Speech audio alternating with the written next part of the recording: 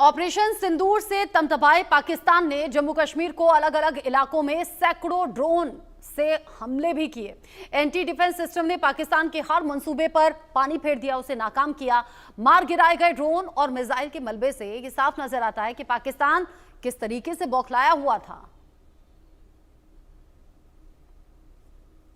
मेरे पीछे जो आप यहाँ पर एक रडार घूमता देख रहे हैं, ये भारतीय सेना का वो यंत्र है जिसने पूरे जम्मू कश्मीर और भारत के कई हिस्सों में एक सुरक्षा चक्र जो है वो बना लिया था। और उस सुरक्षा चक्र ने भारतीय जम्मू कश्मीर तमाम लोगों की सुरक्षा की, डिफेंस इंस्टॉलेशन की रक्षा की, और उसके साथ साथ इससे जुड़ी हुई वो गन्स जो हैं उन्होंने पाकिस्तान के दर्जनों ड्रोन जो हैं वो मार गिराए। जी हाँ, मैं बात कर रहा हूँ अर्ली डिटेक्शन सिस्टम और radar, anti defence radar system की, जिसने इस वक्त भारतीय सेना को वो कहीं ना कहीं सक्सेस दिया है, वो कामयाबी दी है जो दुश्मन कभी सोच भी नहीं सकता था। क्योंकि सैकड़ों ड्रोन के जरिए, कामकाजी ड्रोन के जरिए जो है हमला किया गया था। ये सामने अगर आप देखेंगे तो ये वो मैनुअल सिस्टम है जिससे आसमान में उड़ती हुई किसी भी ऑब्जेक्ट या किसी भी चीज को, ड्रोन हो या फिर एयरक्राफ्ट हो, उसको जो है वो देखा जाता है। मगर इससे ऊपर अगर आप पीछे देखेंगे तो ये वो एंटी डिफेंस सिस्टम है जो आसमान में कई सौ किलोमीटर तक जो है वो चीज को वो है ऑब्जर्व करता है और उसकी जानकारी जमीन पर बैठे सेना के उस कमांड कंट्रोल रूम को देता है। और उसके साथ साथ ये अर्ली डिटेक्शन सिस्टम, जिससे दुश्मन की चाल चलने के पहले जो है ये जानकारी मिल जाती है। सर, मैं गलत नहीं हूं तो यही वो सुरक्षा चक्र है जिसने यहाँ के लोगों को कहीं ना कहीं बचाया और उसके बाद दुश्मन के तमाम नापाक इरादे नाकाम की। जी, आपने बिल्कुल ठीक कहा। ये वही सुरक्षा चक्र है जिसकी बदौलत हम दुश्मन के आए हुए सभी ड्रोन्स को मार गिरा पाए। कितने कितने ड्रोन का झुंड आता था यहाँ पे और कैसे आप लोग एक्शन में आते थे? दुश्मन के ड्रोन्स का झुंड जो था वो काफी संख्या में था।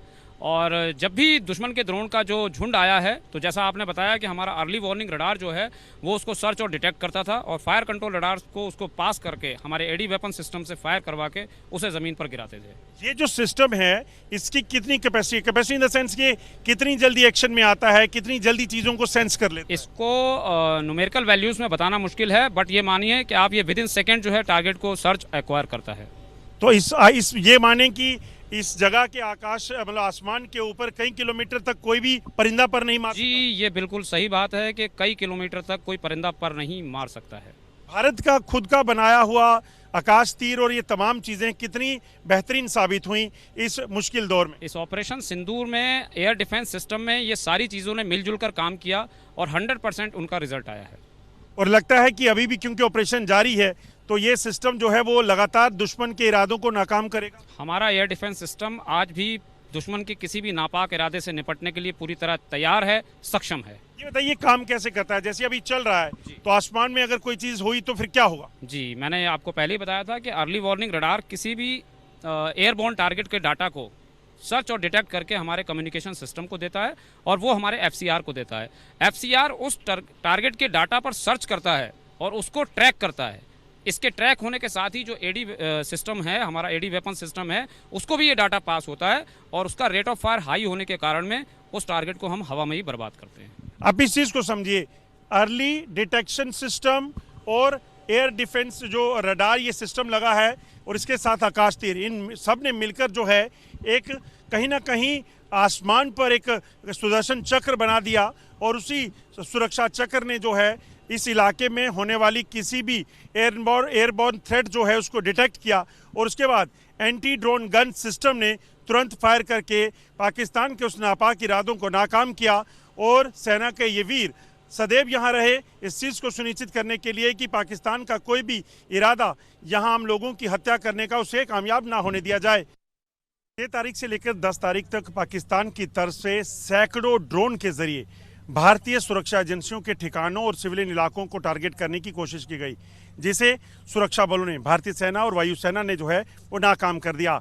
हम इस समय पाकिस्तान की हमलों के वो सबूत आपको बताने वाले हैं जो यहाँ ज़मीन पर गिरा दिए गए थे। जी हाँ, आप देखेंगे ये तमाम जो डेब्रीज हैं, ये जो ड्रोन के अवशेष हैं, ये दरअसल ड्रोन या फिर मिसाइल जो अटैक किए गए थे पाकिस्तान की तरफ से, ये उसका मलबा है।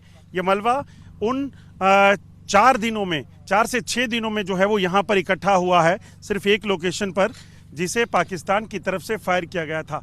आप सोचें, ये बड़े बड़े लोहे के जो टुकड़े हैं वो मिसाइल्स के हैं, जिन मिसाइल्स के ज़रिए पाकिस्तान ने यहाँ मासूम लोगों को निशाना बनाने की कोशिश की गई और इसी को जो है वो नाकाम किया गया। ये वो जिगरा है इन ड्रोन्स का और मिसाइल का, जिन्हें पाकिस्तान में बनाकर यहाँ हमले के लिए भेजा गया था। और ज़्यादातर ये जो ड्रोन थे, जो मिसाइल थी, ये कामकाजी थी। और आपको बता दूं कि यहाँ ये आप देखेंगे इसी तरह से कबाड़ में पड़े हैं पाकिस्तान के वो चीनी और तुर्की के ड्रोन, जिनके ज़रिए नुकसान पहुंचाने का प्रयास जो है वो किया गया था। हमारे साथ सेना के अधिकारी हैं जो इस पूरे इलाके में उस वक्त इस चीज़ को सुनिश्चित कर रहे थे कि दुश्मन के इरादों को नाकाम किया जाए। सर, ये जानना चाहूँगा, कितना मुश्किल था उस वक्त ये देखना कि लोगों को भी सुरक्षित करना है और पाकिस्तान के इरादे भी नाकाम करने हैं? कितना चैलेंजिंग था वो? देखिए, ये चैलेंजिंग टास्क था बिल्कुल। वो जो शाम का वक्त था वो अलग ही था, लेकिन ये हम इसी के लिए ट्रेंड हैं, इसी के लिए हमारी सिखलाई की जाती है और हम श्योर थे कि हम इस काम को अंजाम दे पाएंगे प्रॉपर्ली। जितने भी ड्रोन अटैक आए, जितने भी स्वॉर्म ड्रोन अटैक हम पे करने की कोशिश की गई, हमने सबको न्यूट्रलाइज़ किया, सबको इफेक्टिवली इंगेज किया। ये जो गन्स आप देख रहे हैं, ये जो रडार सिस्टम आप देख रहे हैं, ये बहुत ही कारगर है और इसके होते हुए हमने कोई भी हमारी मैन पावर को, इक्विपमेंट को, सिविल एरियाज़ को नुकसान होने नहीं दिया। काफ़ी पैनिक भी उस समय जब पहला अटैक हुआ, लोगों में काफ़ी पैनिक हो गया था। तो उस समय लोगों को कैसे सेटिस्फाई किया गया, क्योंकि आपकी जिम्मेदारी लोगों को भी सेटिस्फाई करना, शांत करना और चीज़ों को हैंडल करना भी थी? देखिए, सेटिस्फाई तो इस तरह से हम कर सकते हैं कि आपको चिंता करने की ज़रूरत नहीं है। अगर इंडियन आर्मी यहाँ पे है तो कोई भी ऐसा टारगेट, ऐसा कोई एनिमी एक्शन करता है, उसको मुंह तोड़ जवाब दिया जाएगा, उस समय ही दिया जाएगा। मैं आपको बताने की कोशिश करता हूँ, ये जो सिस्टम है, इस ड्रोन्स को जो मार गिराने का सिलसिला है, जो ये एंटी ड्रोन गन आप देखेंगे, इस एंटी ड्रोन गन के ज़रिए जो है वो सुनिश्चित, सैकड़ों ड्रोन जो दुश्मन के यहाँ उस वक्त आए थे, उन ड्रोन को इसी एंटी ड्रोन गन की मदद से जो है वो मार गिराया गया, लोगों को सुरक्षित किया गया। और जो एक सुरक्षा चक्र जो है यहाँ पे बनाया हुआ था, चाहे वो तुर्की या चीन के ड्रोन थे, उनसे बचने के लिए वो पूरा कामयाब रहा। पाकिस्तान के ड्रोन और मिसाइल को हवा में ही मार गिराने वाला हमारा मजबूत एयर डिफेंस सिस्टम, जिसकी बात आज देश भर में नहीं बल्कि विश्व भर में हो रही है, इसी में आकाश तीर एयर डिफेंस सिस्टम, इसकी ताकत आज आम लोगों की जुबान पर है। इसकी ताकत बताती हुई ये स्पेशल रिपोर्ट आपको देखनी चाहिए। अब हम आपको बताएंगे आकाश तीर कमांड एंड कंट्रोल सिस्टम। ये पूरे तरीके से भारतीय सिस्टम जो है इस वक्त देश की सुरक्षा एजेंसियों के लिए और खासतौर पे भारतीय सेना के लिए एक बड़ा ही कारगर सिस्टम साबित हो रहा है। आप अंदर देखेंगे तो इस समय ये एक फील्ड ऑपरेशन इलाके में जो है वो लगा हुआ है, जिस जगह हम पहुंचे हैं। और मैं आपको बताने की कोशिश करूंगा, यहाँ ये जो सिस्टम में आप देखेंगे, एक सेना के जवान जो है बैठकर इस पूरे इलाके की निगरानी कर रहे हैं। दरअसल ये जो आकाश तीर सिस्टम है, ये उन तमाम एक्टिविटीज़ को कंट्रोल करता है, जिससे कहीं ना कहीं इस इलाके की सुरक्षा को सुनिश्चित किया जा सकता है। मेरे साथ यहीं पर तैनात सेना के एक अफसर हैं जो इस पूरे सिस्टम को खुद हैंडल करते हैं, मॉनिटर करते हैं। सर, ये बताइए कि आकाश तीर सिस्टम जो पूरा तरीके से भारतीय है, कितना सक्सेसफुल रहा और ख़ासतौर पे जो पिछले दिनों चैलेंजेस रहे, कितना कारगर साबित हुआ?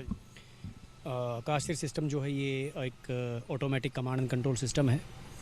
ये ऑपरेशन सिंदूर के दौरान हमारा नर्व सेंटर रहा है एयर डिफेंस ऑपरेशंस के लिए। ये एक इंटीग्रेटेड सिस्टम है जो कि एयरफोर्स की रडार्स और आर्मी की रडार्स के साथ इंटरकनेक्टेड है। वो जो भी फीड हमारा इन रडार्स के पास रहता है, वो जो फीड है, यानी कि जो भी टारगेट वो ट्रैक करते हैं, वो यहाँ पे आता है सेंट्रली।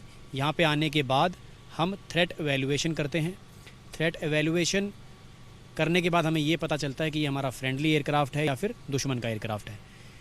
दुश्मन का एयरक्राफ्ट जो होता है, उसके जो नियरेस्ट लोकेशन वाला वेपन है, उस या वो गन हो या मिसाइल, उनको बता दिया जाता है कि आपके पास एनिमी का ड्रोन, एयरक्राफ्ट या हेलीकॉप्टर आ रहा है, आप इसको निस्तेनाबूद कीजिए।